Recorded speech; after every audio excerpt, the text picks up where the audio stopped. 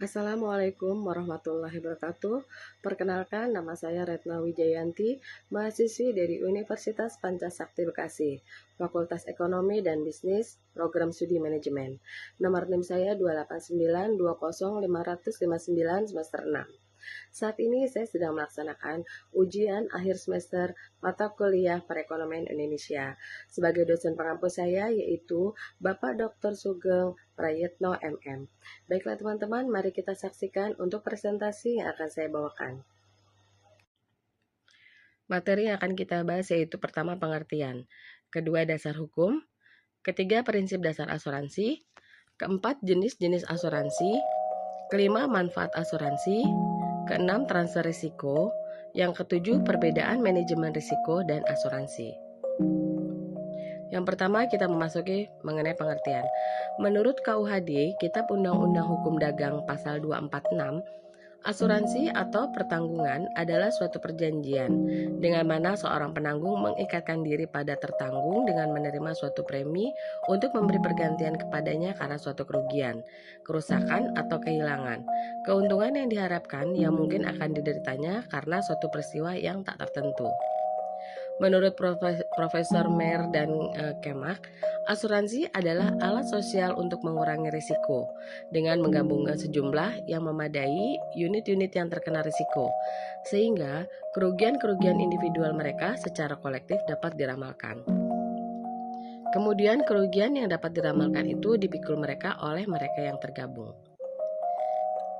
Sedangkan menurut Molengraf, asuransi kerugian ialah persetujuan dengan mana satu pihak penanggung mengikatkan diri terhadap yang lain, tertanggung untuk mengganti kerugian yang dapat diderita oleh tertanggung karena terjadinya suatu peristiwa yang telah ditunjuk dan yang belum tertentu, serta kebetulan dengan mana pula tertanggung berjanji untuk membayar premi. Asuransi terkandung 4 unsur. Yang pertama yaitu pihak tertanggung atau insured yang berjanji untuk membayar uang premi kepada pihak penanggung sekaligus atau secara berangsur-angsur. Yang kedua pihak penanggung atau insurer yang berjanji akan membayar sejumlah uang atau santunan kepada pihak tertanggung sekaligus atau secara berangsur-angsur apabila terjadi sesuatu yang mengandung unsur tak tertentu. Yang ketiga suatu peristiwa atau insiden yang tak tertentu tidak diketahui sebelumnya. Sedangkan yang keempat yaitu kepentingan atau interest yang mungkin akan mengalami kerugian karena peristiwa yang tak tertentu. Dasar hukum. Asuransi dalam Undang-Undang Nomor 2 Tahun 1992, asuransi dalam Undang-Undang Nomor 2 Tahun 1992 tentang usaha perasuransian adalah perjanjian antara dua pihak atau lebih di mana pihak penanggung mengikatkan diri kepada tertanggung dengan menerima premi asuransi untuk memberikan pergantian kepada tertanggung karena kerugian, kerusakan, atau kehilangan.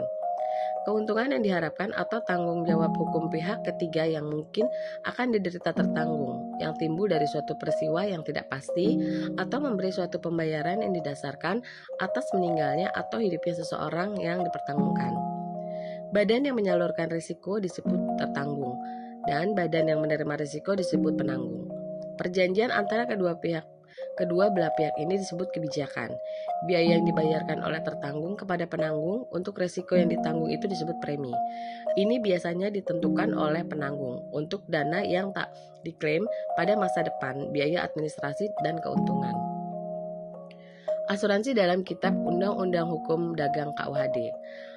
Asuransi atau pertanggungan adalah suatu perjanjian di mana seorang penanggung mengikatkan diri kepada seseorang tertanggung dengan menerima suatu premi untuk memberikan pergantian kepadanya karena suatu kerugian, kerusakan, atau kehilangan keuntungan yang diharapkan yang mungkin akan dideritanya karena suatu peristiwa yang tak tertentu. Definisi asuransi menurut Kitab Undang-Undang Hukum Dagang atau KUHD tentang asuransi atau penanggung seumumnya bab 9 pasal 246. Prinsip dasar asuransi. Yang pertama, insurable interest, yaitu hak untuk mengasuransikan yang timbul dari suatu hubungan keuangan antar tertanggung dengan yang diasuransikan dan diakui secara hukum. Yang kedua, utmost good faith, tindakan untuk mengungkapkan secara akurat dan lengkap semua fakta yang material atau material fact mengenai sesuatu yang akan diasuransikan baik diminta maupun tidak. Artinya adalah si penanggung harus dengan jujur menenangkan dengan jenis segala sesuatu tentang luasnya syarat atau kondisi dari asuransi, dan si tertanggung juga harus memberikan keterangan yang jelas dan benar atas objek atau kepentingan yang dipertanggungkan. Yang ketiga yaitu proximate cause, yaitu suatu penyebab aktif, efisien yang menimbulkan rantaian kejadian yang menimbulkan suatu akibat tanpa adanya intervensi suatu yang mulai secara aktif dari sumber yang baru dan independen. Selanjutnya, indemnity, yaitu mekanisme di mana penanggung menyediakan kompensasi finansial dalam upayanya menempatkan tertanggung dalam posisi keuangan yang ia miliki sesaat sebelum terjadinya kerugian. Dibahas di KUHD pasal 252, 253 dan dipertegas dalam pasal 278. Selanjutnya adalah subrogation, yaitu pengalihan hak dari tertanggung kepada penanggung setelah klaim dibayar. Yang terakhir yaitu contribution, di mana hak penanggung untuk mengajak penanggung lainnya yang sama-sama menanggung, tetapi tidak harus sama kewajibannya terhadap tertanggung untuk ikut memberikan indemnity. Selanjutnya jenis-jenis asuransi. Yang pertama yaitu ada asuransi kerugian atau general insurance. Asuransi ini memberikan jasa untuk menanggulangi suatu risiko atau kerugian, kehilangan manfaat, dan tanggung jawab hukum kepada pihak ketiga dari suatu peristiwa yang tidak pasti. Jenis asuransi ini tidak diperkenankan untuk melakukan usaha di luar asuransi kerugian dan reasuransi. Yang termasuk dalam asuransi kerugian itu contohnya adalah asuransi kebakaran, meliputi kebakaran, ledakan, petir, kecelakaan pesawat terbang, dan lainnya. Yang kedua yaitu asuransi pengangkutan, meliputi marine hull, asuransi yang memberikan proteksi terhadap kerugian atau kerusakan atau kehilangan atas rangka kapal berikut mesin dan perlengkapannya, dan marine cargo yaitu asuransi pengangkatan kargo di laut. Selanjutnya asuransi aneka, asuransi yang tidak termasuk dalam asuransi kebakaran dan pengangkutan seperti asuransi kendaraan bermotor, pencurian, dan lain sebagainya. Yang kedua ada asuransi pendidikan. Asuransi pendidikan adalah asuransi yang keberadaannya dianggap sangat penting sekarang ini.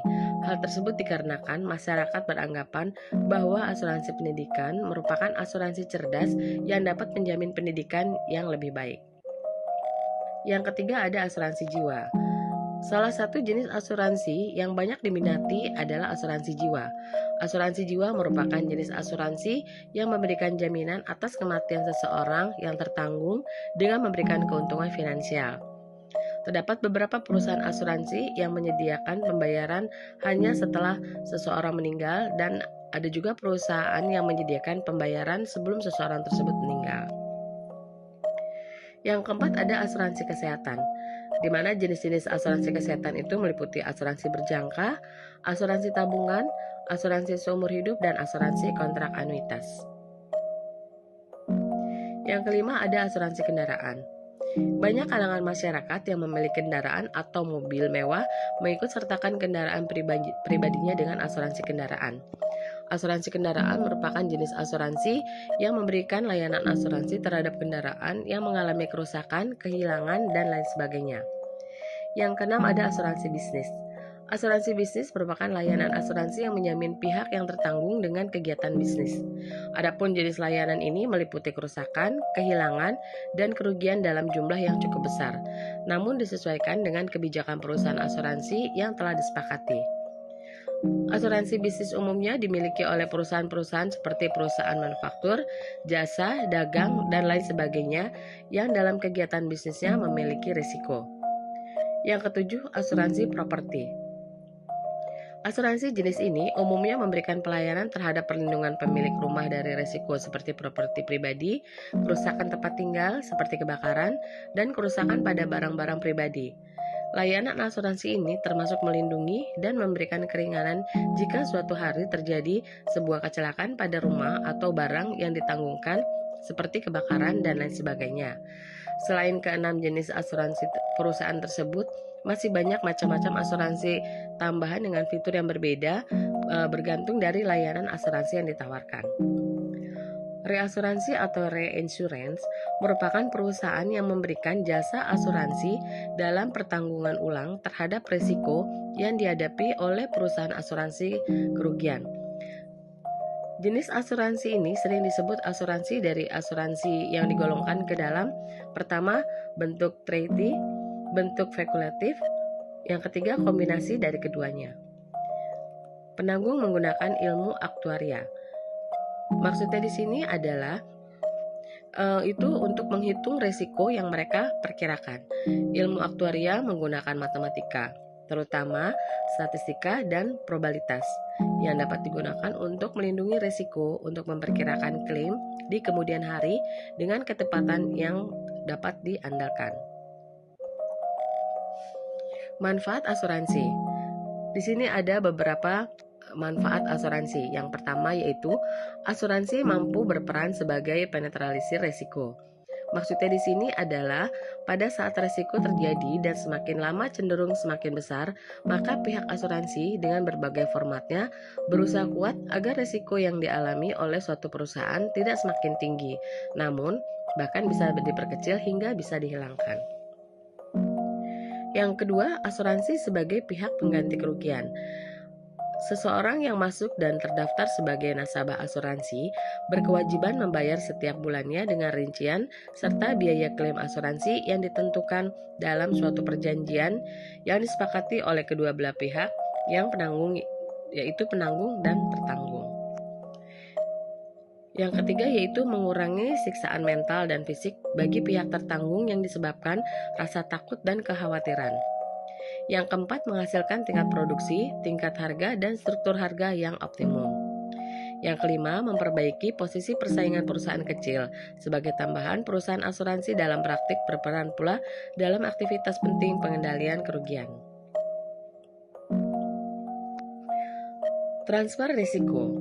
Secara umum, ada dua bentuk transfer risiko yang dilakukan oleh perusahaan atau individu, yaitu yang pertama mentransfer risiko ke perusahaan asuransi.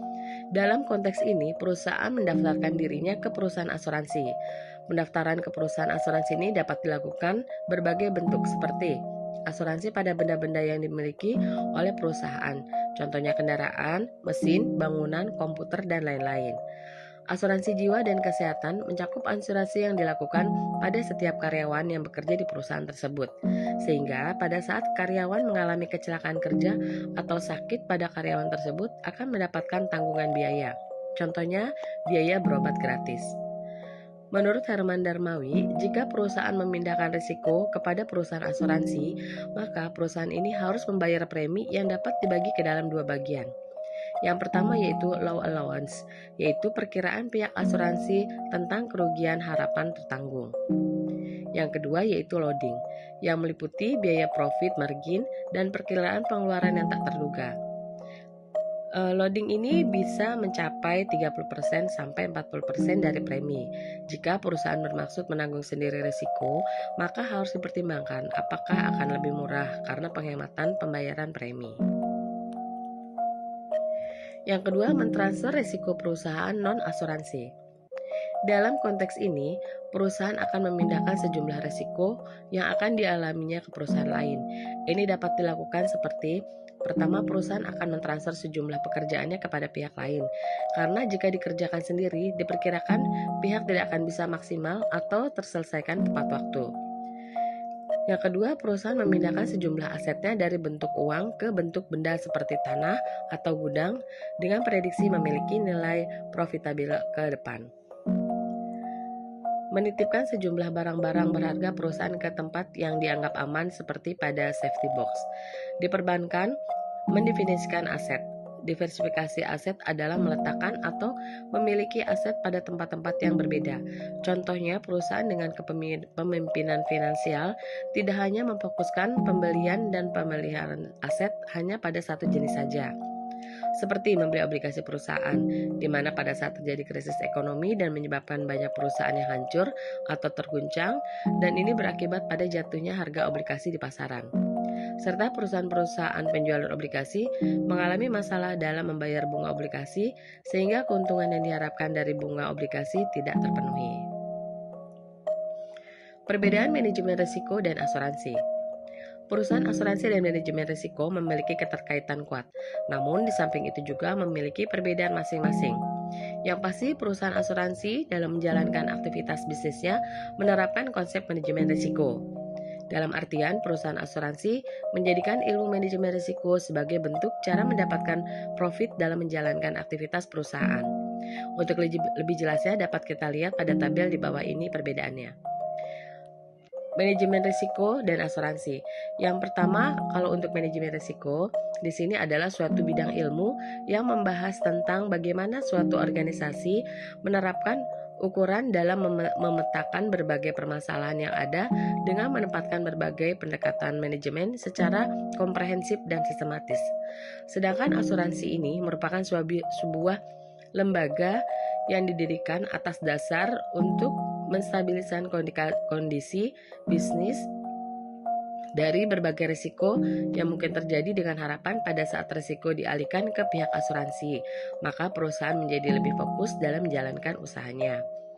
Yang kedua, manajemen risiko itu ilmu yang diajarkan dan dikaji, dianalisis dan dijadikan sebagai salah satu mata pelajaran yang diajarkan di berbagai sekolah khusus universitas. Sedangkan asuransi itu adalah sebuah perusahaan yang didirikan dengan kepemilikan struktur organisasi di mana di sana itu terdapat komisaris dan manajemen perusahaan dengan orientasi utama perusahaan memperoleh profit yang maksimal dan bersifat kontinuitas atau berkelanjutan. Yang ketiga, manajemen risiko itu adalah lebih menekankan kegiatannya pada menemukan dan menganalisa risiko murni. Sedangkan asuransi merupakan salah satu cara menanggulangi risiko murni tertentu. Yang keempat, manajemen risiko itu tugas hakikatnya hanya memberikan penilaian terhadap semua teknik penanggulangan risiko, termasuk asuransi. Sedangkan asuransi itu tugasnya menangani seluruh proses pengalihan risiko. Manajemen risiko yang kelima yaitu pelaksanaan programnya menghendaki adanya kerjasama dengan sejumlah individu dan bagian-bagian dari perusahaan. Sedangkan asuransi melibatkan jumlah orang dan kegiatan-kegiatan yang lebih kecil. Yang keenam, perbedaannya yaitu kalau manajemen risiko, keputusan manajemen risiko itu mempunyai pengaruh yang lebih luas atau besar terhadap operasi perusahaan. Sedangkan asuransi, keputusan di bidang asuransi mempunyai pengaruh yang lebih luas. Demikian presentasi yang sudah saya bawakan. Semoga akan dapat bermanfaat bagi kita semua. Terima kasih. Wabillahi taufik wal hidayah. Wassalamualaikum warahmatullahi wabarakatuh.